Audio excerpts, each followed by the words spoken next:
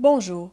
Dans cette vidéo, je vais définir avec vous ce que je crois être le Reiki le plus puissant. Pour commencer, il faut savoir qu'il y a plusieurs types de Reiki. Alors, on peut parler de Mikao Usui, ensuite il y a le Laoshi, Karuna, Rahani, Angélique, Reiki Arc-en-Ciel.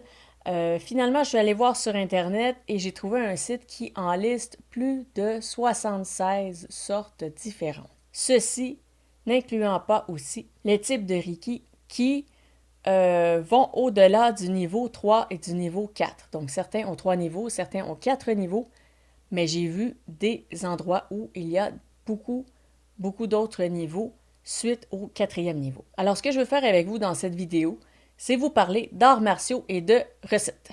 Oui, on va parler d'arts martiaux et de cuisine. Le lien va vous sembler peut-être étrange au début, mais vous allez comprendre au fur et à mesure que je vais avancer dans l'analogie et ça va vous donner un peu une idée de ma vision. Bien sûr, je vous présente ma vision personnelle puisque c'est ma vidéo sur ma chaîne. On s'entend que ça me regarde, ce que je vous explique. C'est moi qui le pense, selon mes expériences, selon mon bagage de connaissances, et donc je partage avec vous ma pensée sur le sujet. Alors, commençons avec les arts martiaux. Donc, je suis allée aussi sur Internet pour voir la liste des arts martiaux et là, je ne les ai pas calculés parce que la liste était interminable. Je descendais avec ma souris, j'ai fait non, non, non, non, moi je calcule pas ça, c'est beaucoup trop long. Mais si on pense que ces arts martiaux ont tous été inventés par quelqu'un, c'est bien que quelqu'un un jour a appris une méthode et s'est dit ah non, moi je vais inventer quelque chose de meilleur. Et parfois, certains ont même créé de nouveaux arts martiaux comme Bruce Lee avec son Jeet Kune Do qui avait lui-même débuté en apprenant le Wing Chun. Donc, sa recherche d'une meilleure méthode l'a conduit à créer une nouvelle méthode. Pour le Reiki ou les soins énergétiques en général, on observe aussi un peu la même quête, celle de trouver la technique de soin la plus efficace. Mais au final, quel art martial est le meilleur? Eh bien, le Wing Chun a été inventé par une femme qui voulait plutôt dévier les coups que les absorber en bloquant. Donc, elle s'est dit, je vais dévier la force de mon adversaire et aussi, elle, c'est de dévier et frapper en même temps. Donc, souvent, il y a une déviation et une frappe. Tandis que, par exemple, en karaté, on va bloquer, on va absorber le coup, donc il faut être fait solide, et ensuite, on va frapper. Bon, évidemment, il y a toutes sortes de combinaisons. Là, je ne suis pas une pro des arts martiaux, mais je vous dis la petite théorie comme ça rapidement. Donc, ce que cette femme a inventé, eh bien, c'est adapté aux personnes qui sont de plus petite taille ou qui sont peut-être moins fortes, parce qu'elle l'a fait pour que les femmes puissent bien se débrouiller dans les arts martiaux et avoir de bons résultats. Est-ce que c'est adapté quand même à quelqu'un qui a une grande force? Eh bien, oui, si la personne veut faire du combat rapproché. Donc, dans le cas où l'homme dit, moi, je me sens pas très à l'aise pour tout ce qui est près de moi, alors il peut apprendre le Wing Chun parce que c'est une technique qui est de combat rapproché. Si ce sont des trucs éloignés, on va s'en aller dans une autre technique de Kung Fu. Alors, le lien entre les arts martiaux et le Reiki, eh bien, est-ce que cette méthode, est-ce que ce type de Reiki est adapté à vous et à ce que vous voulez faire? Certains corps sont faits pour la boxe, d'autres pour la nage, d'autres pour la course, certains comme des sports plus techniques, comme ce qu'on voit par exemple aux Olympiques. Eh bien, le Reiki, c'est la même chose. Il n'y a pas, selon moi, bien sûr, selon moi, de Reiki plus puissant, meilleur ou plus fort. Tout dépend de vos capacités, tout dépend de vos facultés ésotériques, donc de vos dons. Ça dépend de votre niveau, de vos années d'expérience, ça dépend aussi de vos croyances. Si vous croyez qu'un Reiki est plus fort, eh bien, il va être plus fort. C'est aussi simple que cela. C'est votre volonté, votre croyance qui fait aussi votre force. Il y aura l'aspect aussi à savoir si vous êtes à l'aise ou non avec la méthode.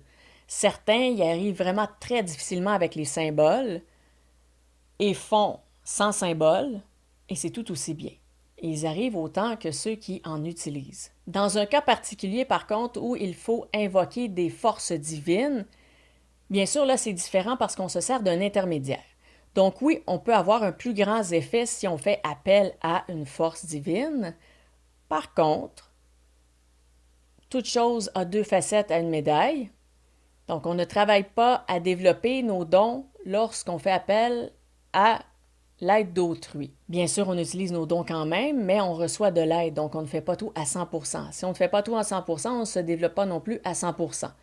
Je crois qu'on peut faire appel lorsque, par exemple, on a besoin d'un coup de main parce qu'on est fatigué, parce qu'on est malade, parce que la personne est très difficile à soigner, on ne sait pas trop pourquoi et on n'y arrive jamais. Là, on fait appel à une aide extérieure. Ça, je trouve ça très pertinent. Pourquoi est-ce que je voulais parler aussi des recettes, donc de cuisine? Bon, un peu pour faire la même analogie. Est-ce que les ingrédients de la recette sont à votre goût? Avez-vous des intolérances ou des allergies? Donc, est-ce que ça vous plaît, la méthode de Reiki? Est-ce qu'elle vous plaît? Est-ce qu'elle vous parle?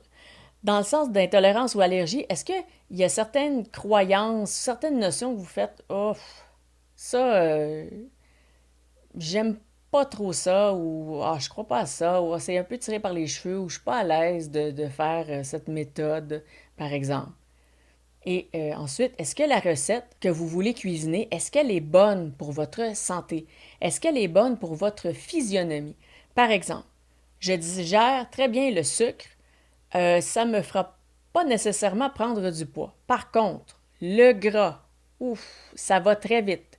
J'en mange un peu et déjà, pouf, je commence à prendre du poids très rapidement. Donc, je sais comment mon système fonctionne. Est-ce que vous savez comment vos dons fonctionnent, comment votre énergie est transmise, comment vous êtes capable de canaliser l'énergie ou non? C'est important de le déterminer parce que c'est comme ça que vous allez trouver la recette pour vous. Votre Reiki est-il à votre goût? Est-ce qu'il est en accord avec vos croyances et vos valeurs? Est-ce que vous aimez la procédure et les prérequis pour pratiquer? Sentez-vous en confiance quand vous le pratiquez ou dans votre pratique en général? Mieux encore, et vraiment mieux encore, arrivez-vous à obtenir des résultats? Parce que c'est là où arrive la question la plus importante, celle des résultats. Si vous n'en avez pas, oui, essayez une autre sorte, essayez une autre méthode de soins énergétiques, absolument. C'est comme un art martial ou une recette. Vous finirez par trouver le bon plat ou la bonne combinaison de plats pour vous. Alors pour conclure, je vais vous résumer toute ma pensée en 2 phrases. Ça résume la vidéo et mon avis. Alors pour moi, il n'y a pas de Reiki plus puissant en soi. Plutôt, il n'y a que soi qui peut rendre le Reiki plus puissant. Voilà. Si vous avez des questions ou des commentaires sur cette vidéo, je vous invite à les laisser au bas de la vidéo. Si vous avez aimé, je vous invite à cliquer sur j'aime. Je calcule les j'aime pour savoir qu'est-ce qui intéresse le plus les gens et ainsi je pourrais refaire d'autres vidéos sur le sujet. Si vous croyez que ces notions pourraient aider quelqu'un dans sa quête de Reiki, de trouver la meilleure méthode de soins énergétiques, qu'elle se pose des questions, lequel est le plus puissant, pourquoi, comment, eh bien, vous pourrez lui partager cette vidéo et elle pourra voir ainsi qu'il s'agit en fait d'une exploration personnelle, d'essayer une méthode et l'autre selon qu'est-ce qui nous attire, selon qu'est-ce qui nous inspire, selon qu'est-ce que notre intuition nous dit et vers quoi elle veut nous amener. Et ensuite, eh bien, il s'agit de cuisiner tout ça, si on veut, pour faire notre propre recette à nous et voir qu'est-ce qui nous convient selon qui nous sommes, selon nos capacités et nos croyances. C'est ainsi qu'on obtient les meilleurs résultats. Si vous n'êtes pas déjà abonné à la chaîne, je vous invite à le faire car j'ai plein d'autres vidéos sur toutes sortes de sujets ésotériques et aussi de développement personnel qui pourraient peut-être vous intéresser. Et d'ici à ces prochaines vidéos, je vous dis à bientôt!